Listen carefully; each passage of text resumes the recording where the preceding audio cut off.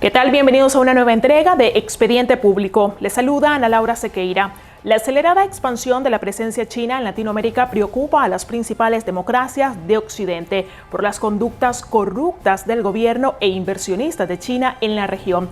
Según expertos, el poderío chino incluye consolidar lazos de amistad con dictadores y respeto a las leyes locales y una poderosa inyección de enormes capitales para favorecer a políticos de todos los niveles. En el siguiente reporte de Expediente Público les presentaremos cómo China puede influir en el destino de las naciones hasta el punto de apoderarse de sus riquezas.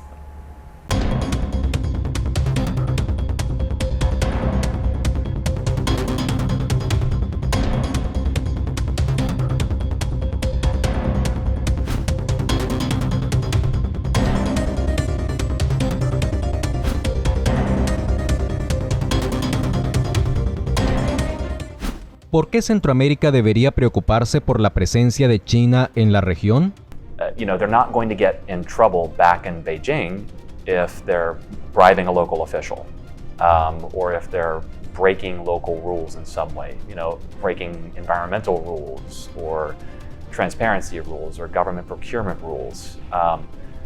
It's not saying that the people in these companies are bad people. It's just saying that there's a different set of rules for them when they go to other countries.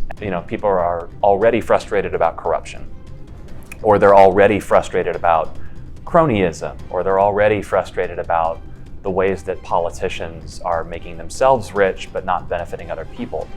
When a Chinese state-owned enterprise shows up, they have no problem playing according to these rules, and so it can make the problems that already exist worse. ¿Por qué algunos sectores en Estados Unidos ven la presencia china en América como una amenaza a la seguridad nacional? But there are also people who are worried about China because they think that China is a danger to the things that we think are important, things like democracy, things like the free press, things like government accountability.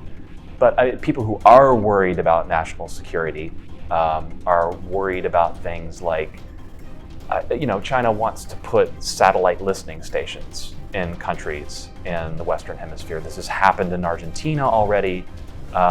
There's some rumblings they want to do it in places in Central America. I'm much more worried about the effect on democracy than I am about national security. ¿Por qué es una amenaza a la democracia en Centroamérica? I don't think the reason you need to worry about China in the Western Hemisphere is national security or the military. I think the reason you need to worry about it is that China is totally happy to work with dictators who want to buy technology to monitor dissidents. It's totally happy to do corrupt deals with politicians who want the money to be able to do their own project. Now, I'm not trying to say here that every deal with China or every kind of trade with China is corrupt. That's not true. There's lots of good ways to trade with China that benefit both sides. But it's just a fact that China plays according to a different set of rules. And if you're worried about transparency, accountability, just the rule of law in your country, then the people who run China are really not your allies, because that's just not important to them. ¿En países con instituciones sólidas funcionan los tratos con China comunista? If your country already has really good journalistic institutions, if you have really strong press, if you have a strong judiciary, if you have really strong transparency, disclosure, and accountability laws, then you're much less likely to see all of these really concerning effects like reinforcing cronyism, reinforcing corruption. And so we've seen pretty significant differences in the relationship between Chile and China, for example, versus places like Venezuela and China. In Venezuela, a Chinese technology company helped to set up a national ID system that was actually used to help target dissidents and to deny them social benefits. ¿Tiene Estados Unidos una política exterior explícita que ayude a contrarrestar la presencia e influencia china en las Américas? The U.S. can help, but our ability to help may not be what you expect.